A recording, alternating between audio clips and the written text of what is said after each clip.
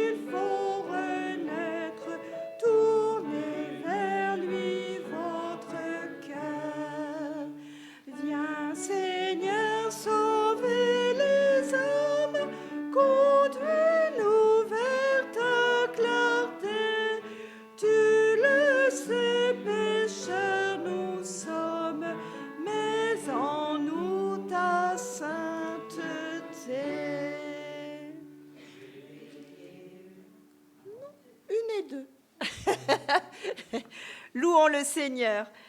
Seigneur, nous commençons avec toi une nouvelle année. Si toi, mon Dieu, tu as pris chair en Jésus, si tu t'es incarné, c'est que l'humain tout entier t'intéresse, dans ses joies et dans ses peines, dans ses peurs et dans ses cris, dans son temps qui passe aussi, et qu'il doit mesurer avec angoisse parfois.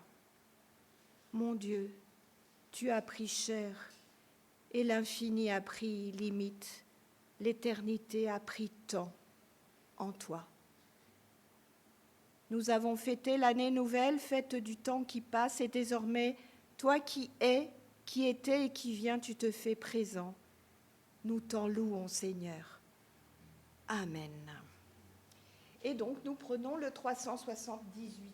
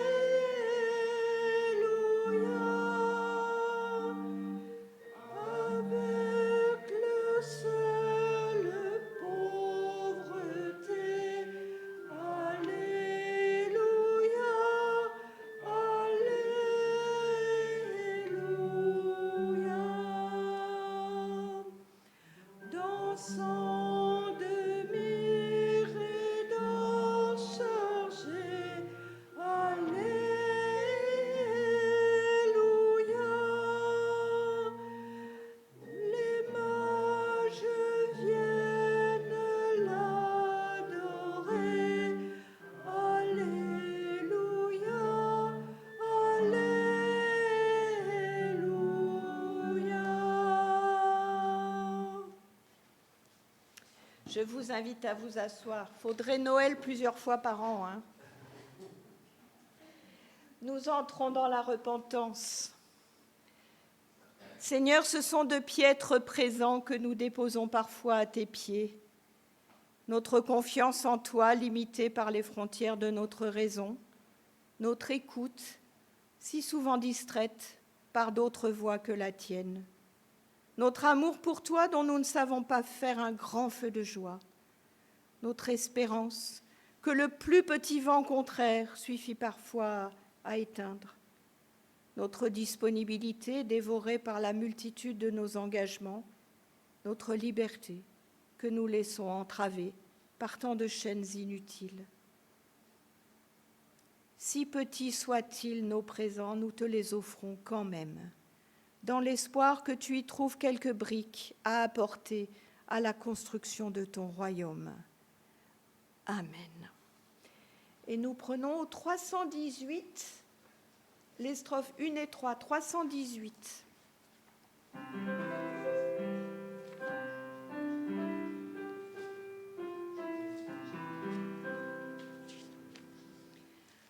Toi qui es lumière, toi qui es l'amour, mets dans nos ténèbres ton esprit d'amour.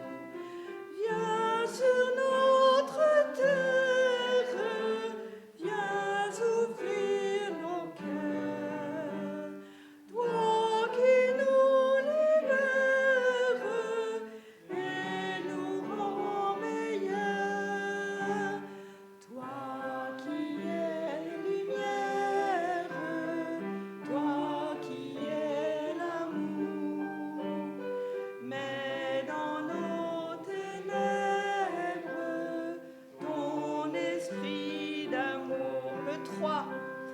Vois notre souffrance et nos lâchetés.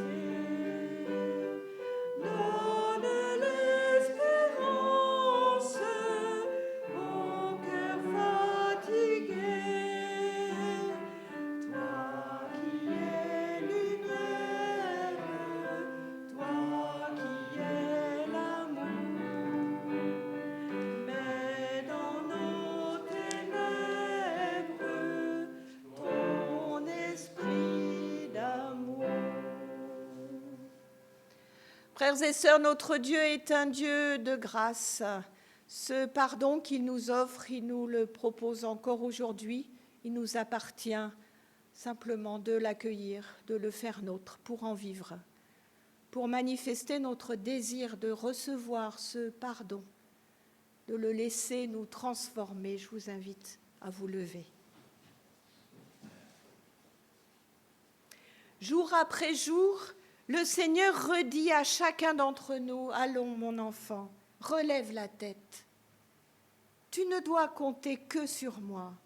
Crois-tu que l'amour de Dieu a des limites? Relève-toi vivement. Crois-tu qu'un seul instant j'ai cessé de t'aimer? Ce n'est pas de tomber qui est le plus grave, c'est de rester à terre. » Amen. Et je vous invite à chanter au 367 les 2 premières strophes. 367.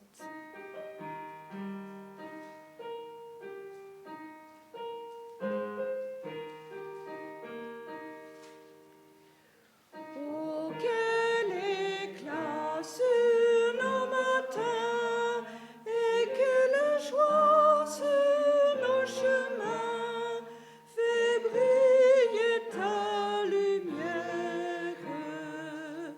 Quel grand trésor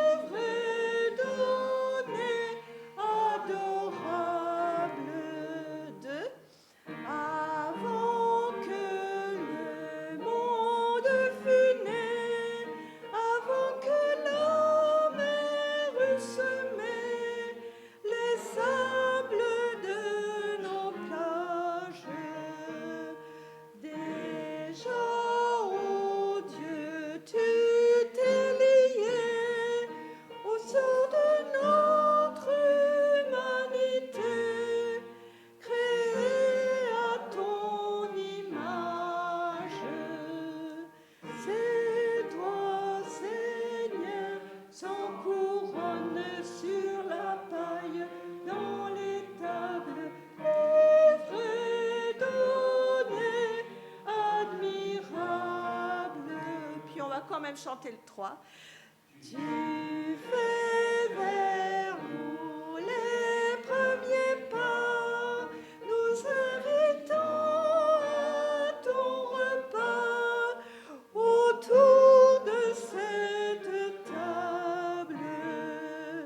Voici le pain, voici le vin, voici pour nous le grand festin, festin si désirable.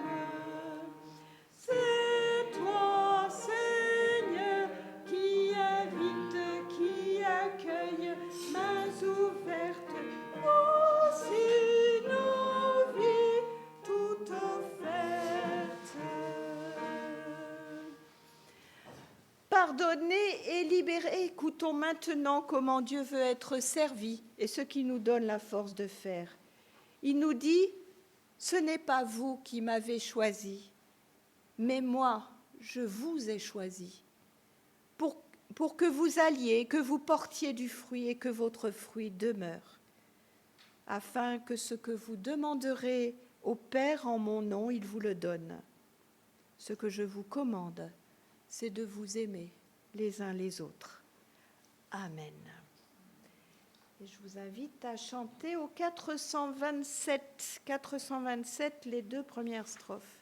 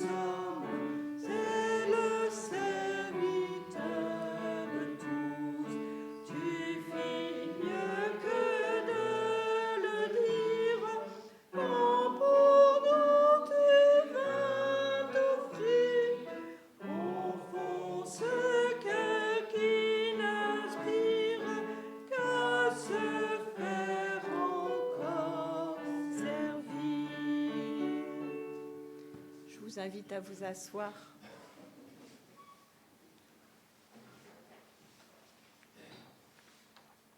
Nous prions avant d'ouvrir les Écritures pour demander à Dieu de nous donner son esprit afin que cette parole devienne vraiment pour nous parole de vie.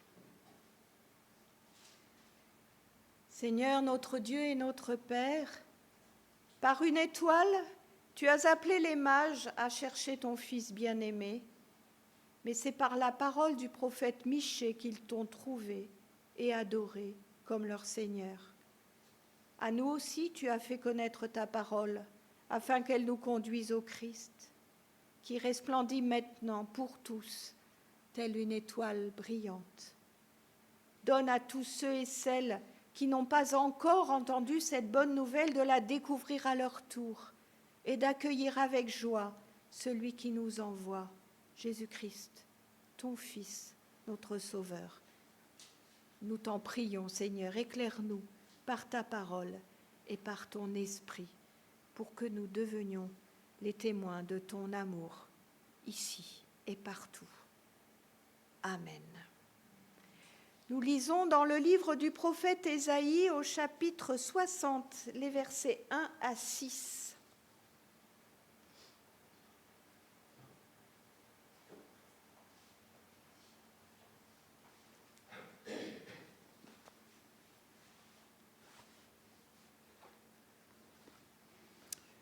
Lève-toi, sois éclairé, car ta lumière arrive et la gloire de l'Éternel se lève sur toi. Voici les ténèbres couvrent la terre et l'obscurité les peuples. Mais sur toi, l'Éternel se lève, sur toi sa gloire apparaît. Des nations marchent à ta lumière et des rois à la clarté de tes rayons. Porte tes yeux alentour et regarde. Tous ils s'assemblent, ils viennent vers toi. Tes fils arrivent de loin et tes filles sont portées sur les bras. Tu tressailleras alors et tu te réjouiras et ton cœur bondira et se dilatera quand les richesses de la mer se tourneront vers toi, quand les trésors des nations viendront à toi. Tu seras couverte d'une foule de chameaux, de dromadaires de Madian et d'Épha. Ils reviendront tous de Séba, ils porteront de l'or et de l'encens et publieront les louanges de l'Éternel.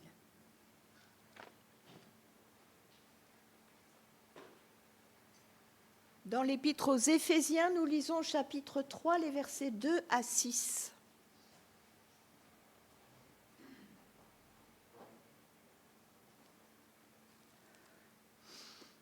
Si du moins vous avez appris quelle est la dispensation de la grâce de Dieu qui m'a été donnée pour vous, c'est par révélation que j'ai eu connaissance du mystère sur lequel je viens d'écrire un peu de mots. En les lisant, vous pouvez vous représenter l'intelligence que j'ai du mystère de Christ. Il n'a pas été manifesté au Fils des hommes dans les autres générations, comme il a été révélé maintenant par l'Esprit aux saints apôtres et prophètes de Christ. Ce mystère, c'est que les païens sont co-héritiers, forment un même corps et participent à la même promesse en Jésus-Christ par l'Évangile.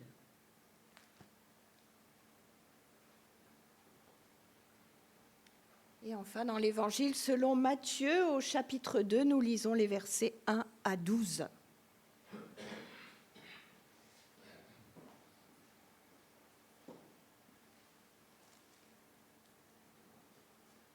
Jésus étant né à Bethléem, en Judée, au temps du roi Hérode, voici des mages d'Orient arrivèrent à Jérusalem et dirent : Où est le roi des Juifs qui vient de naître ? Car nous avons vu son étoile en Orient et nous sommes venus pour l'adorer. Le roi Hérode, ayant appris cela, fut troublé et tout Jérusalem avec lui. Il assembla tous les principaux sacrificateurs et les scribes du peuple. Et il s'informa d'où devait naître le Christ. Ils lui dirent : à Bethléem, en Judée, car voici ce qui a été écrit par le prophète. Et toi, Bethléem, terre de Juda, tu n'es certes pas la moindre entre les principales villes de Juda, car de toi sortira un chef qui paîtra Israël, mon peuple. Alors Hérode fit appeler en secret les mages et s'enquit soigneusement auprès d'eux depuis combien de temps l'étoile brillait. Puis il les envoya à Bethléem en disant : Allez et prenez des informations exactes sur le petit enfant. Quand vous l'aurez trouvé, faites-le moi savoir, afin que j'aille moi-même l'adorer. Après avoir entendu le roi, ils partirent. Et voici, l'étoile qu'ils avaient vue en Orient marchait devant eux, jusqu'à ce qu'étant arrivée au-dessus du lieu où était le petit enfant, elle s'arrêta. Quand ils aperçurent l'étoile, ils furent saisis d'une très grande joie. Ils entrèrent dans la maison, virent le petit enfant avec Marie, sa mère, se prosternèrent et l'adorèrent. Ils ouvrirent ensuite leur trésor et lui offrirent en présent de l'or, de l'encens et de la myrrhe. Puis, divinement avertis en songe de ne pas retourner vers Hérode, ils regagnèrent leur pays par un autre chemin.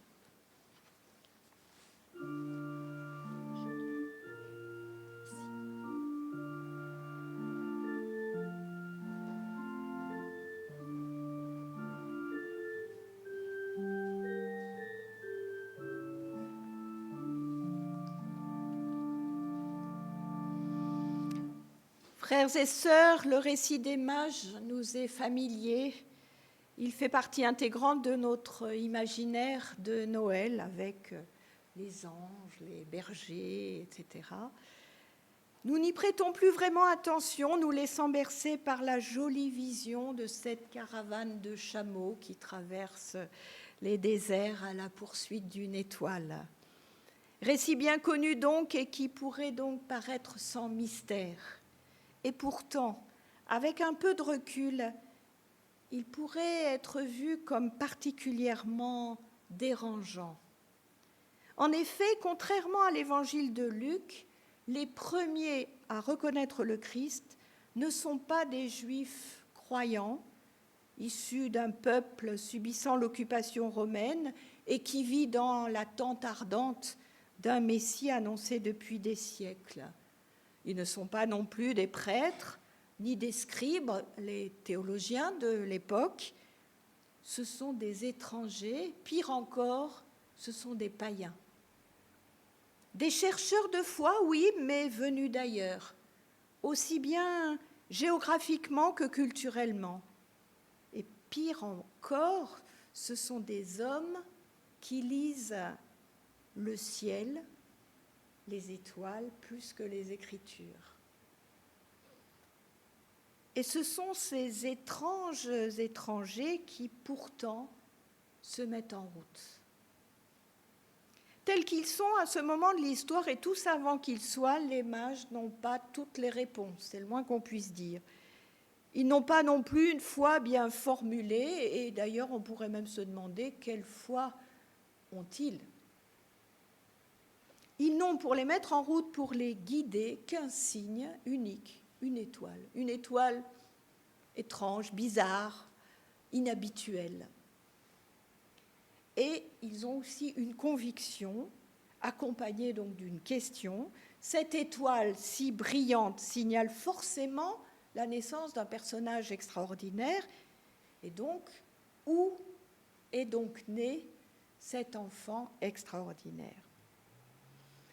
Et on peut poser ce constat plus universel. La foi commence souvent ainsi. Non par des certitudes, mais par une inquiétude intérieure, par un désir de sens, par une soif pas toujours clairement perçue, par une lumière fragile et tremblotante qui nous attire. Comme cette étoile qui met en marche ces savants étrangers vers un ailleurs, et un événement dont ils ignorent absolument tout. Mais ils se mettent en route. Les mages, en effet, le récit nous le raconte, ne restent pas immobiles à contempler le ciel en remâchant leurs questionnements et leurs étonnements, en supputant un certain nombre de choses, en ayant des raisonnements extraordinaires. Non, ils prennent la route. Ils quittent leurs habitudes, leur sécurité, leur savoir. Ils se hasardent dans l'inconnu, dans l'extraordinaire. Ce qui nous donne à nous, ici, aujourd'hui, une première indication. La foi, et singulièrement la foi décrite dans nos Bibles, n'est jamais seulement une idée. Elle est un déplacement, un chemin. C'est certainement pas pour rien que Jésus, dans l'évangile de Jean, dit « Je suis le chemin ». Et l'on peut penser là à bien d'autres personnages bibliques, et déjà le plus grand voyageur de tous qui est Abraham, qui lui aussi s'est mis en chemin.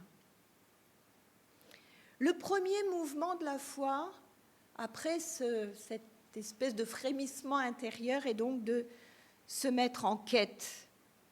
Même si nous savons bien que ce n'est pas notre quête qui nous sauve, mais comme nous l'avons dit dans la liturgie, c'est la grâce de Dieu qui nous sauve.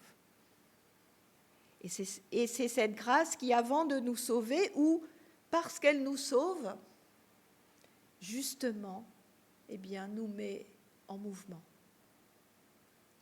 Et nous découvrons avec reconnaissance que Dieu se laisse chercher.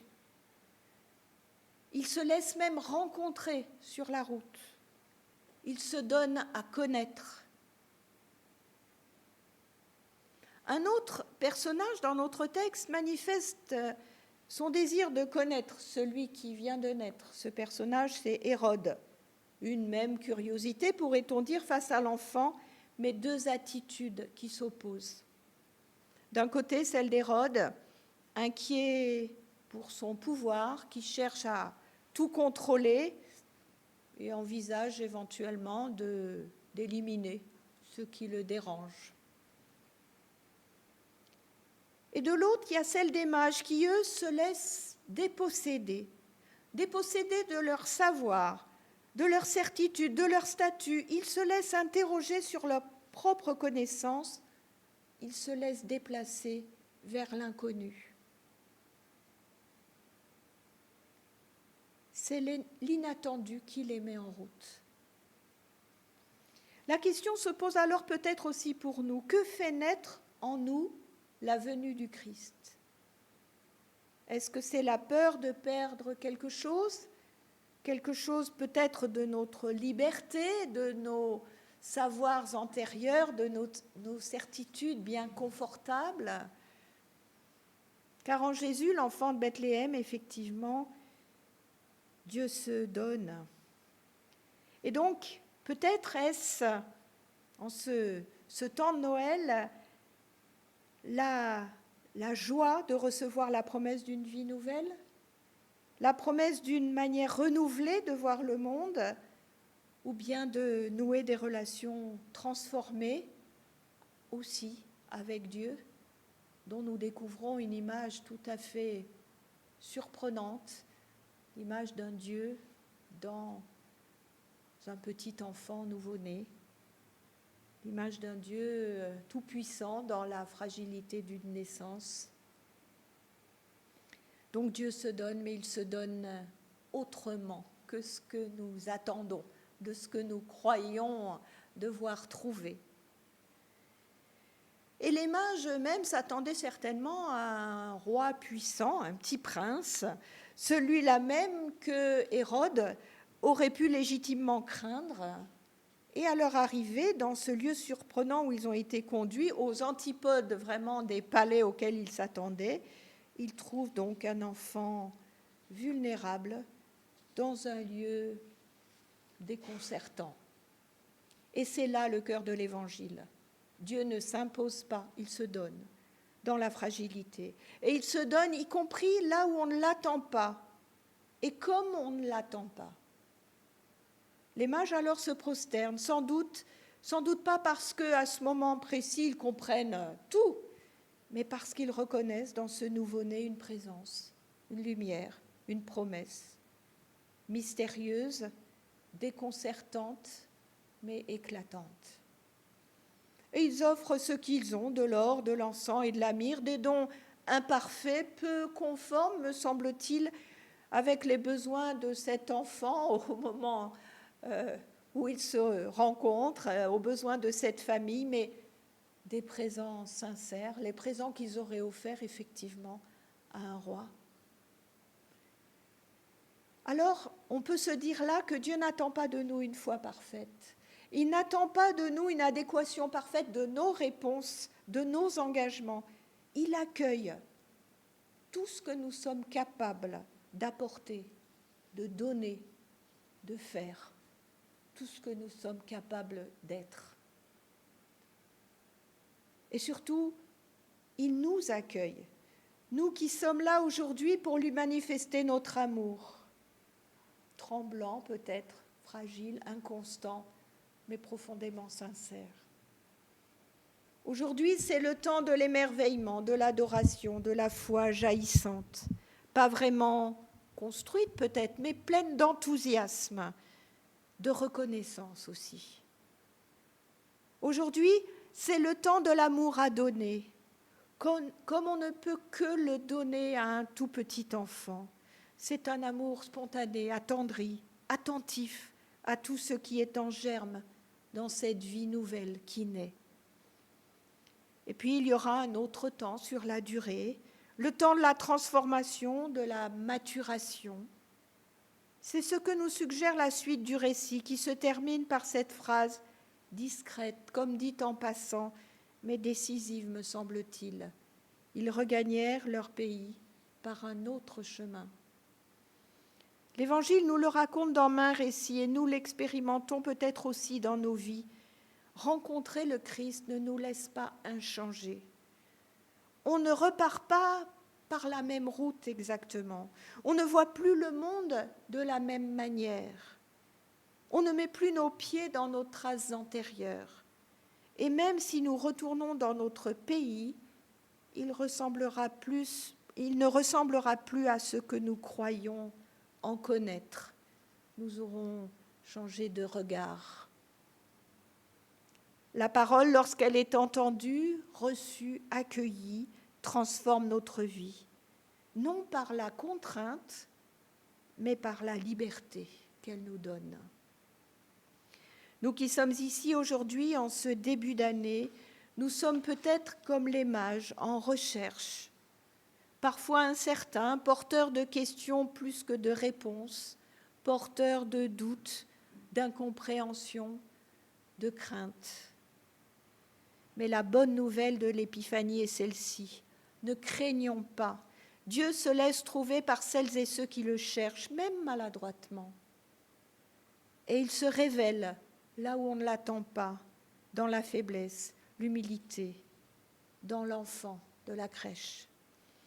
Alors, pour cette année qui s'ouvre, que l'étoile de l'Évangile éclaire nos chemins, qu'elle nous mette et nous remette sans cesse en chemin, et qu'elle nous conduise, nous aussi, à revenir dans nos vies, dans notre monde, par un autre chemin, un chemin de fraternité, de paix et d'amour.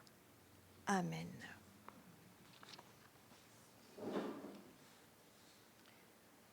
Je vous invite à vous lever pour chanter au 361.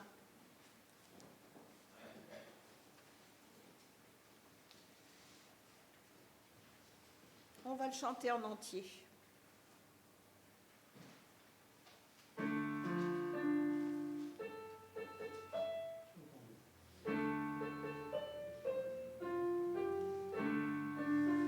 Enfin, juste les 4 strophes, parce que j'ai vu qu'il y en avait une 5e, juste les 4 premières strophes. Le Fils de Dieu, le Roi de gloire, a voulu naître parmi nous. Il est venu sur notre terre, autant marqué par son amour. Mais aujourd'hui, ton royaume est proche, viens parmi nous, Seigneur Jésus. Ceux qui marchaient dans les ténèbres ont vu s'illuminer leur nuit. Et sur les peuples dans l'angoisse, une lumière a resplendi. Mais aujourd'hui, ton royaume est proche, viens parmi nous, Seigneur Jésus. Dans notre nuit surgit l'aurore de sa justice et de sa paix. Dieu nous envoie sa délivrance, il ne nous quittera jamais. Mais aujourd'hui, ton royaume est proche, viens parmi nous, Seigneur Jésus. Il a tracé pour nous la route, il s'est chargé de nos douleurs, et nous marchons vers sa promesse, le front marqué de sa splendeur. Mais aujourd'hui, ton royaume est proche, viens parmi nous, Seigneur Jésus. Nourris par la parole, nous pouvons confesser notre foi. Il est venu, il savait où il allait, il est partout chez lui. Nous l'avons mis à l'écurie. Jamais Nous ne traitons ainsi l'un de nos invités, mais il nous connaît, il n'a rien dit. Nous ne sommes pas plus fiers pour cela. Il est là. Nous l'imaginions autrement, mais de le voir là parmi nous comme nous, cela change tout. Il est si pauvre, si dépouillé, qu'il en est encore plus parfait. Sa présence est notre joie, il sait nous trouver, même quand la porte est fermée. Le savoir-là est notre unique assurance, mais à peine reconnu, il n'est déjà plus là. Pourtant, il nous habite et le pèlerinage se poursuit. Il reviendra. Nous ne sommes plus jamais orphelins. Il reviendra, il l'a promis. Et lui, au moins, il n'a pas la mémoire courte. Faisant mémoire de lui, il est toujours là, dans ce pain et le vin partagés ensemble. Il nous fait frères et sœurs dans l'attente de sa fête, son royaume. Tous handicapés et pourtant guéris. Amen. Et nous chantons au 319 les strophes 1, 2, 4 et 6. 319.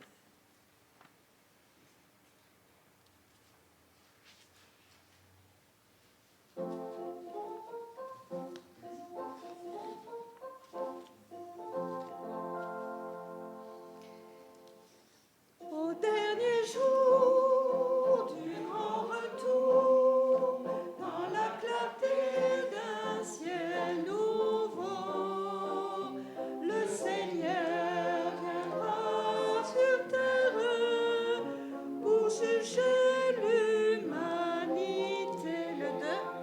Le Seigneur Dieu rassemblera auprès de lui tous ses enfants, tous les hommes de la terre qui ont cru à son amour. Le 4, oui, nous croyons en cet amour qui l'a conduit jusqu'à la croix.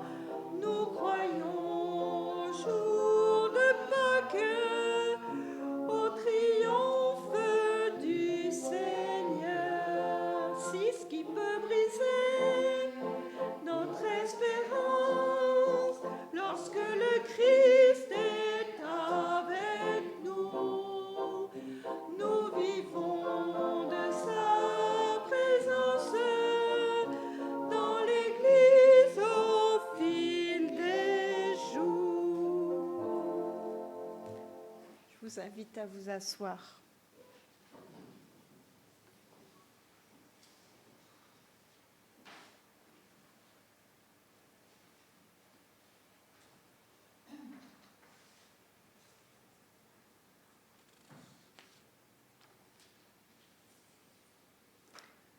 Je suis le pain de vie, dit le Seigneur. Celui qui vient à moi n'aura jamais faim. Celui qui croit en moi n'aura jamais soif.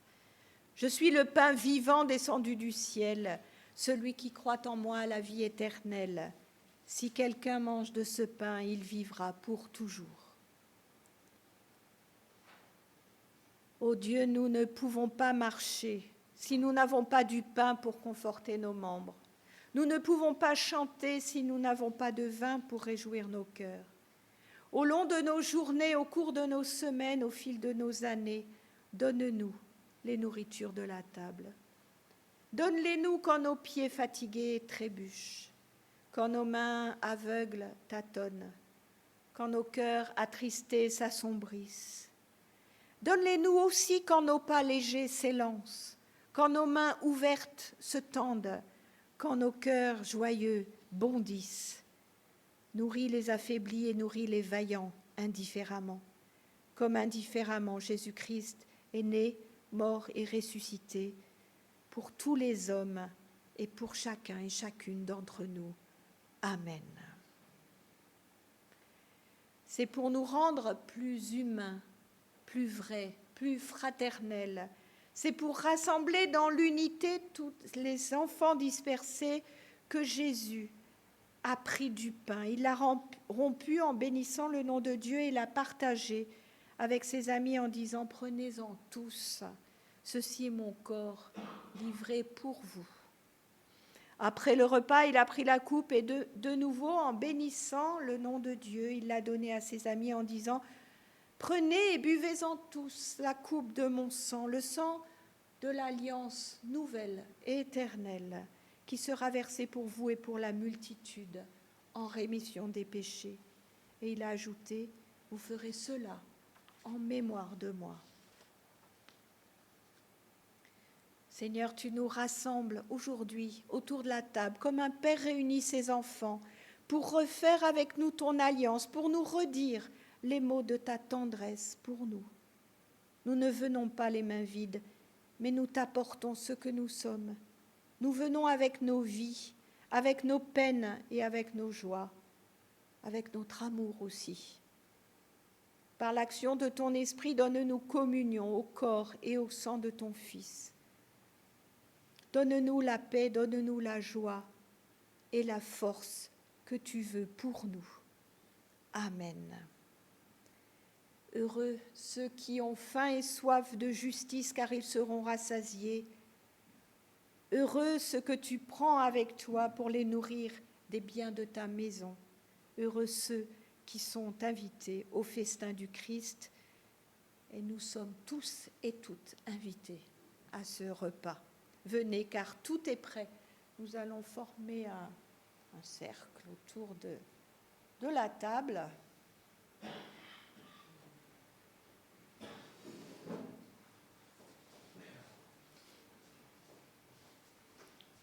Juste là, on va faire un peu... Là, à côté de moi. Viens, avance, Jackie. Avancez.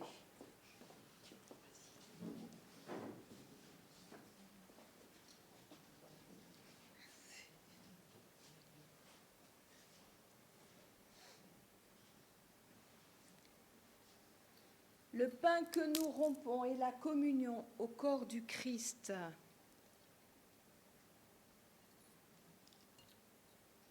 La coupe de bénédiction pour laquelle nous rendons grâce et communion au sang du Christ.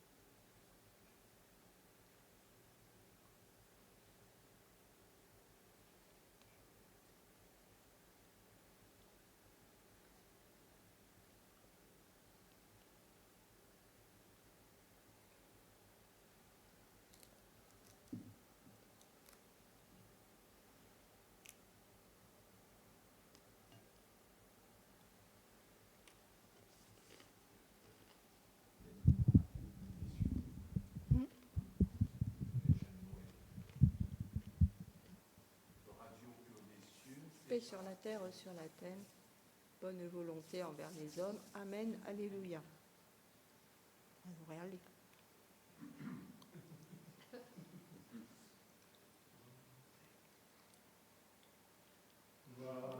Dieu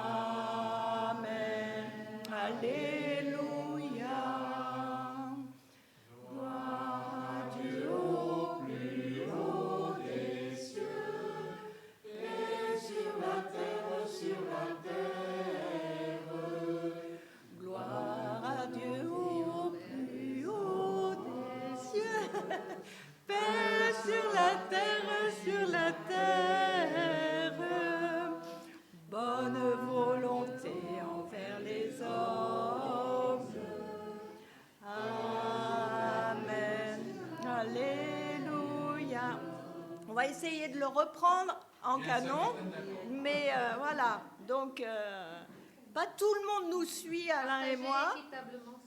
Voilà.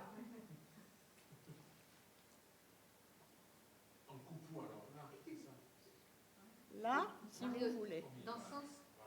Qui commence? Je. Gloire à Dieu au plus haut des cieux, paix sur la terre, bonne volonté envers les hommes.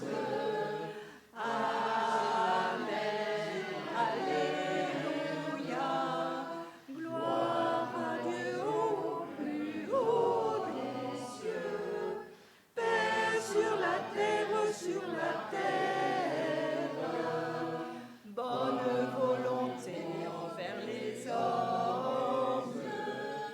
Amen, alléluia, bonne volonté envers les hommes. Amen, alléluia.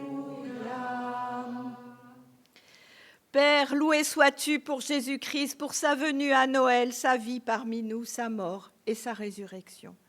Loué sois-tu pour Jésus-Christ, pour toutes les vies qu'il pénètre de sa présence, pour tous ceux et celles qu'il enveloppe de sa grâce. Loué sois-tu pour Jésus-Christ, pour les affligés consolés, les malades guéris, le monde transformé par lui.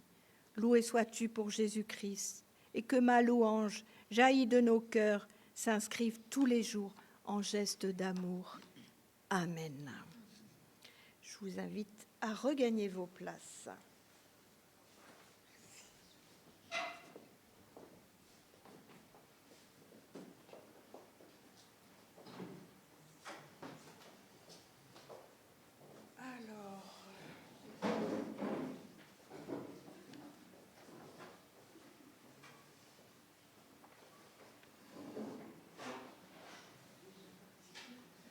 Pas d'annonce particulière à faire là pour les tout prochains jours. Simplement, donc, vous aurez bien noté, j'espère, mais ce ne sera pas trop grave si vous arrivez quand même le 18 à 10h, que le 18 janvier, nous aurons une célébration vers 17h, en fin d'après-midi. Et nous aurons une exposition dans le cadre d'Église verte. Donc ça, c'est pour le 18. Donc on se retrouvera normalement pour une célébration œcuménique. Je ne sais pas encore quels sont les prêtres qui interviendront, mais voilà, ça devrait se mettre en place. Ici, oui. Ouais. On invite ici.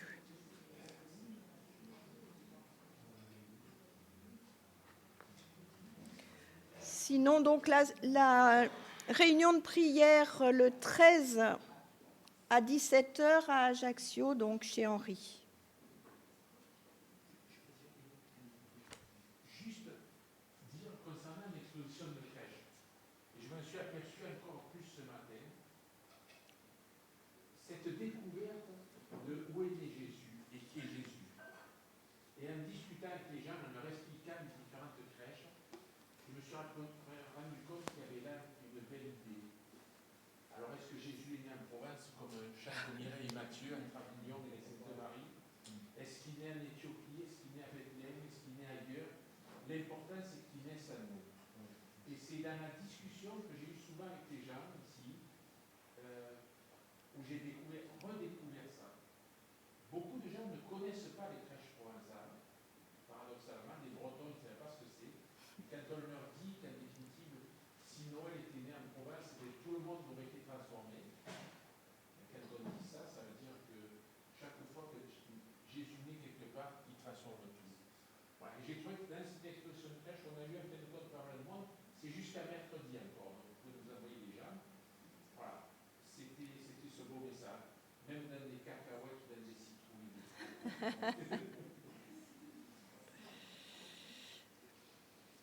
Voilà. Voilà, et bien maintenant, nous allons à notre tour présenter notre offrande, qu'elle manifeste notre reconnaissance surtout et notre communion, notre solidarité les uns avec les autres et notre Église avec le monde. Je sais pas qui. Henri, tu veux?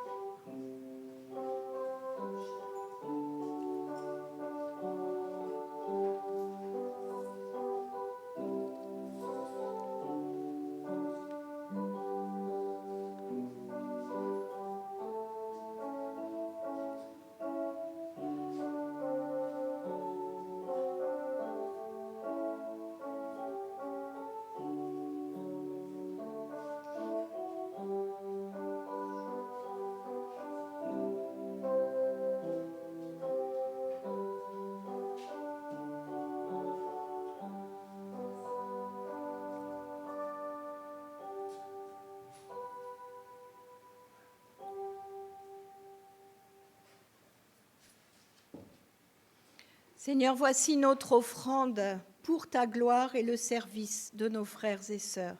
Reçois-la comme elle t'est faite, avec amour et simplicité. Nous nous tournons vers toi, Seigneur, pour te confier notre monde.